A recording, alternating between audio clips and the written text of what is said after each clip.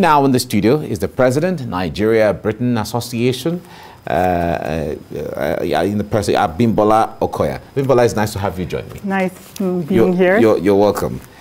Now, talk to me, besides the issue of Britain being the former colonial master of Nigeria and all of that, London seemed to be, or the UK seemed to be, the preferred destination of an average Nigerian, apart from America, who is also on board. But why is that? Talk to us about that first. Why do Nigerians like to go to the UK? I guess, first of all, it's such a pleasure being here. Yeah. I mean, I feel highly honored to be here and represent the association. As you know, the association is a friendship association. Yes. So it fosters relationships between both Nigeria, Britain, and also members of the Commonwealth. Okay. And the whole idea is that, you know, we need to build viable relationships, you know, and we're building viable relationships through cultural exchange, and then also through, you know, sponsorship for the common good. Right. Yes. And then sometimes, you know, why you find people migrate and they travel is because they want to experience different cultures and also opportunities. But with the NBA, we provide these opportunities, but here, you know, here in Nigeria, which is really key, you know, as well. So I think that sometimes, you know, you don't have to go outside, you know, to look for these opportunities. Sometimes these opportunities are available here. And platforms such as the NBA provide that perfect opportunity. Good. So let's dig into that opportunity you were talking about. What are those things that an average Nigerian who sees the UK as an ally and a friend, a country friend, what are the opportunities involved in there? So it varies, and it varies from either it's an individual or if it's an organization. Okay. So for individuals, for instance, depending on what the age group is, it might be educational, so where they want to, you know, hone in on their skills or specialize or broaden their horizons, maybe in the field of study. For organizations, it can be for investments where they want to reach out to investors and whatnot. So it really depends. But then there are opportunities here in Nigeria. So like I mentioned earlier with NigeriaBritish Association, we provide those opportunities. So, you know, we work with a number of bodies and organizations, so we foster that relationship for youth where they can have access to education, and we have different debates. So for instance, we have the Akintola Youth Debate, you know, which is very centered on education, and then different facets of education as well. And then we also have programs such as the Presidential Cocktail Lecture Series, where we're, you know, intermingling and interacting with different organizations from Nigeria, Britain, and the Commonwealth. So that gives you that networking platform where you can reach investors. So it's like creating a platform where Exactly. Nigerians, British, you know, all come together to interact and then become more friends and network and all of that. Exactly. Because, you know, what you find is that, you know, if you're building viable relationships, you know, that transcends, you know, it actually comes from building solid friendships, and that's why we're a friendship association. So it's through those friendships that you can now build other layers, you know, so through those viable friendships, you know, it can translate into the workplace if you're a corporate. If you're an entrepreneur, it can translate into getting investors. But, you know, when you're investing and whatnot, you need to understand that people look at culture. Culture is very big, you know, because that's what maintains the very fabric of every society. They also look at things such as sustainability, the sustainability of your business. Are you investing in things such as ESG? Are you looking at the economic, social, and governance aspects of it? Because these are some of the things that foreign investors look at. And at the MBA, we provide these programs, lectures, forums, opportunities where you can showcase your business, you can talk about topical issues, and then you can build those networks here in Nigeria so that we can build the nation together. Wow. Now, 2020 was a year, they call it the COVID year, 2020. How did it impact your activity? Yes. Yes, 2020 was really where we all had to adjust to our new normal because it was truly unprecedented. But 2020 also created opportunities for us to see business and the way we work in a different light, where we could upscale and digitalize, you know, and use that in order to navigate new pathways in business and also in education, where online education, borderless education, you know, became light. Of course. And then even in engagement, I mean, I must tell you that last year was when we had even the highest attendance of one of our programs, because then we're able to have it, you know, using Zoom and other platforms.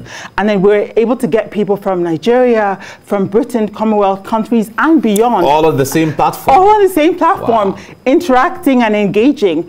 But, you know, if it was purely a physical, you know, program, apart from the expense of it all, you know, there are also limitations for that. So you must also see, you know, how, you know, digitalization played a key role in terms of opening up that fora and ensuring that people come into this melting pot where everyone brought in different ideas and different ways of doing things, which enriched, you know, some of these programs. All right, well. for individuals, because you said, of course, there are opportunities for individuals and organizations. Now, for individuals who may be listening, how do they key into the programs and some of the packages and schemes that you have? Yes, okay. So we have 3 levels. So we have for the youth, we have membership for the youth, because we recognize that we need to build the next generations of leaders. You know, that's very critical for us. Even for us in terms of sustainability, that's very critical. Then we also have the individual memberships. And then we also have the corporate membership. Okay. So what you find is that with the individual memberships, you can either be an entrepreneur or an individual working in an organization, or just an individual exploring opportunities. And then for the corporate memberships, you might want to, you know, broaden your network as a business, you know, tap into resources that are out there or opportunities with foreign or national organizations. So we have these packages, and they're all, you know, present on our website, you know, so, you know, present, you know, if you go on to NigeriaBritish Association, you know, just Google it, or at NigeriaBritish Association, you know, you can tap into the wealth of resources we have there and find out a bit more about us. All right, so it's NigeriaBritish Association. Yes. Okay.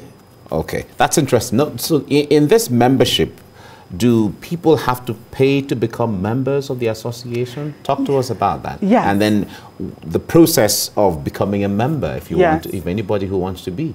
Okay, so yes, you do pay for being a member, but it varies depending on what membership you know you want to take on board. So there's a different fee for the youth, the individual, and also for the corporate member.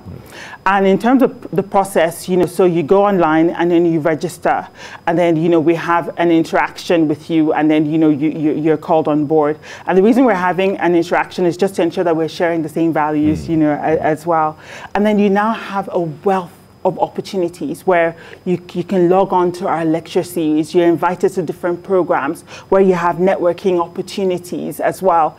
And depending on what it is that you're coming for, you know, some people come for friendships, you know, like, so. Let me just go make friends. Exactly. to be honest with you, I came for friendship. Ah, you know, amazing. exactly, because, you know, I'm a corporate person, and sometimes you can be in your own cocoon.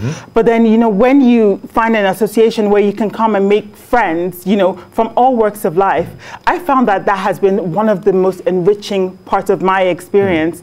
And then I've been able to make long-lasting friends and also networks that transcend beyond friendship. And that's why I'm a big advocate, you know, for the association as well. Yes. Interesting. But you must log on, you know, and go onto our website, NigeriaBritish Association, you know, or at NigeriaBritish Association, and you see a wealth of, you know, images showing all the different past programs, and also more information in terms of joining and membership as well. Interesting. Now, talk to us basically. How are you collaborating or working with government, the Nigerian government on one hand and the UK government on the other hand? Okay. What are their roles in this? Okay.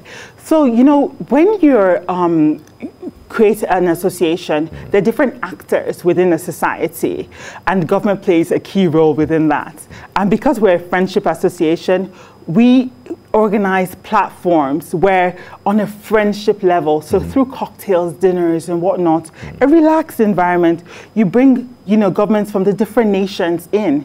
And trust me, that's the best time to have a captive audience. And you know, they always talk about that elevator pitch, you know, where you only have that 1 minute with them, where you can sell some of the, you know, the opportunities or the ideas of what you come in, or, you know, with. And it just creates that platform where you can interact and mingle with with people who you might not necessarily be able to meet, on a daily basis, but finding them in a way in which, you can connect more. So, sometimes when you connect on a social level, it's amazing how that transcends. And you can imagine an association creating that platform where you can network and then connect, where you're connecting government, civil society, corporate, all in one melting pot. I mean, the effect is really amazing. Yeah. All right. Now, when it comes to the issue of,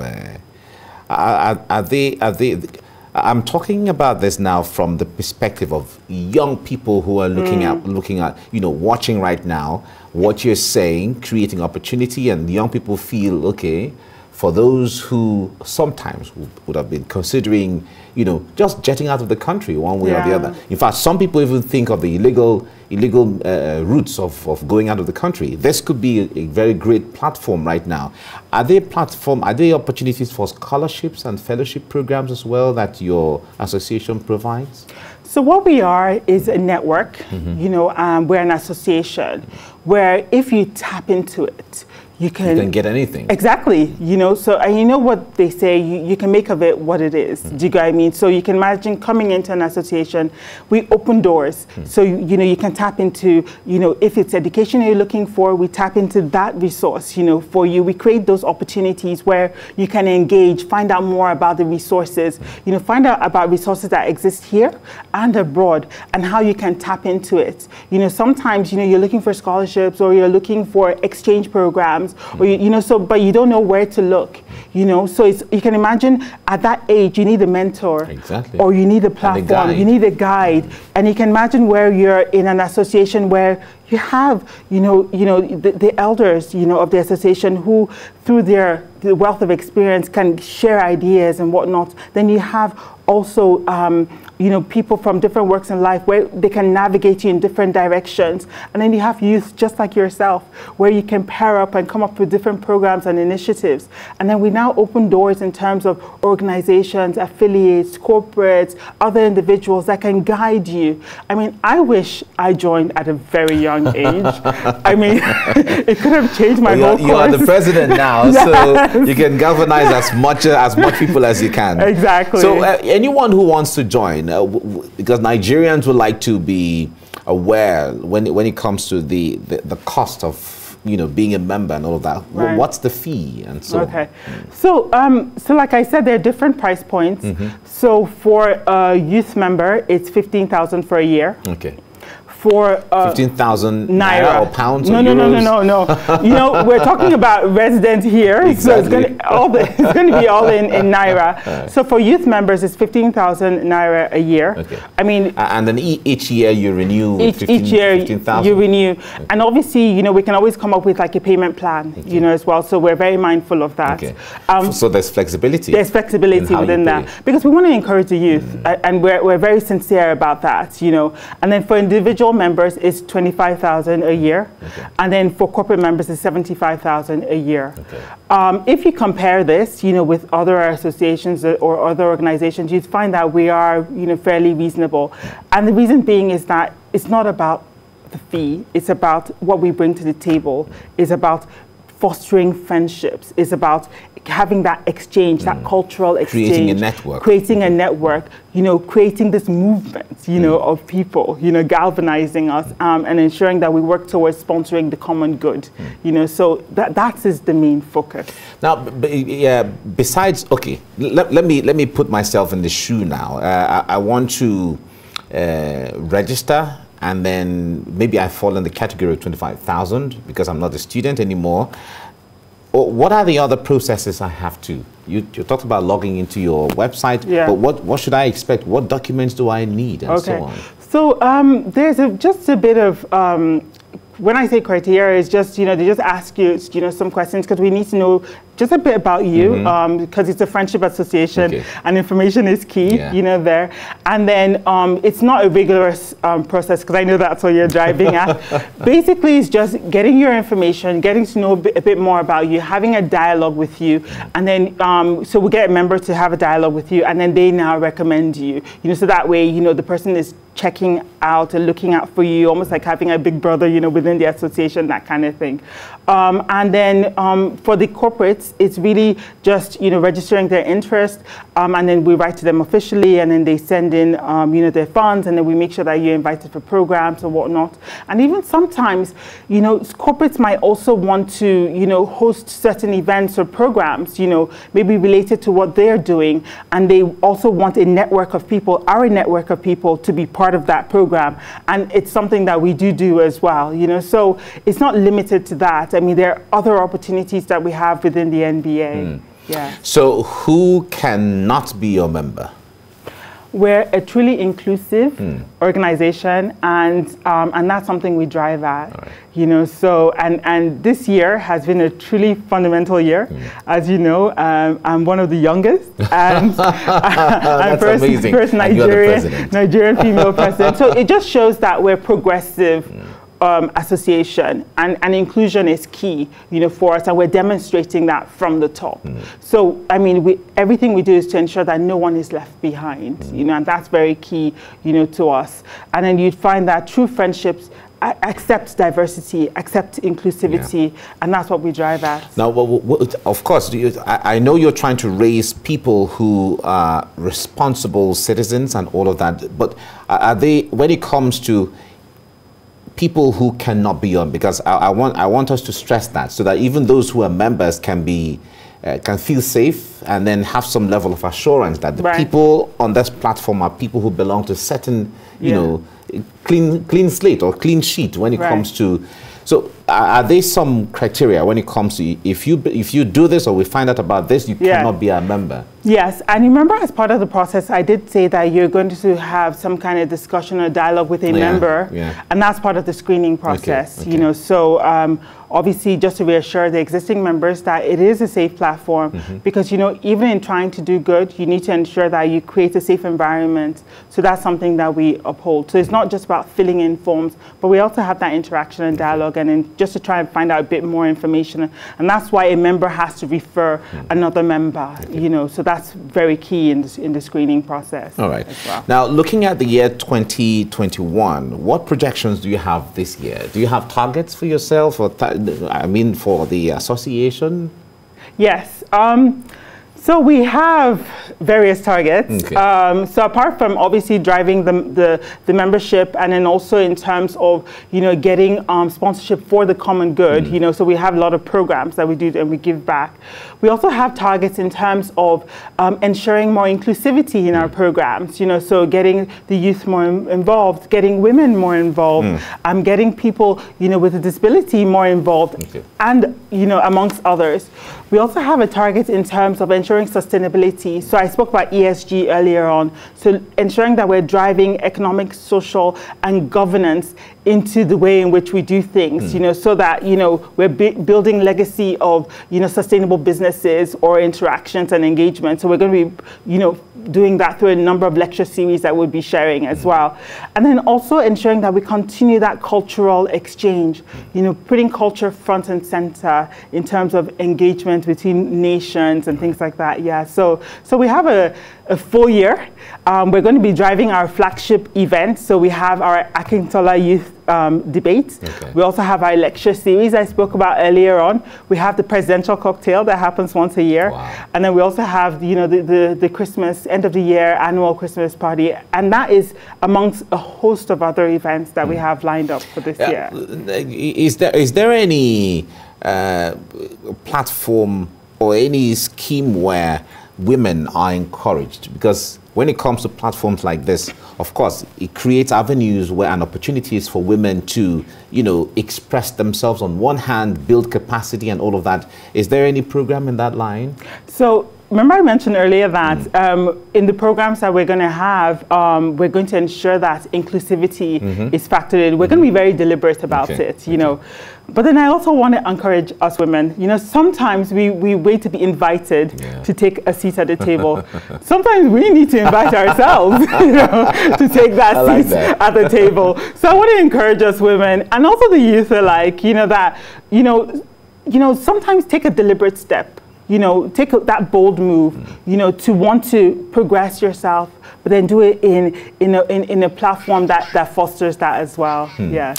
All right, this is really interesting. Abubola Okoya, the president of NigeriaBritish Association. We really thank you for what you're doing. Thank you. And creating a platform for just friendship. It's really, and to share culture and all of that, it's really amazing. Thank you. Well done. Thank you so much. Thank you. I'd like to thank the outgoing president, the new ESCO, and then also the members. Thank you so much for being part of the association, and we look forward to new members, both individual and corporate. Thank you very much. Thank you.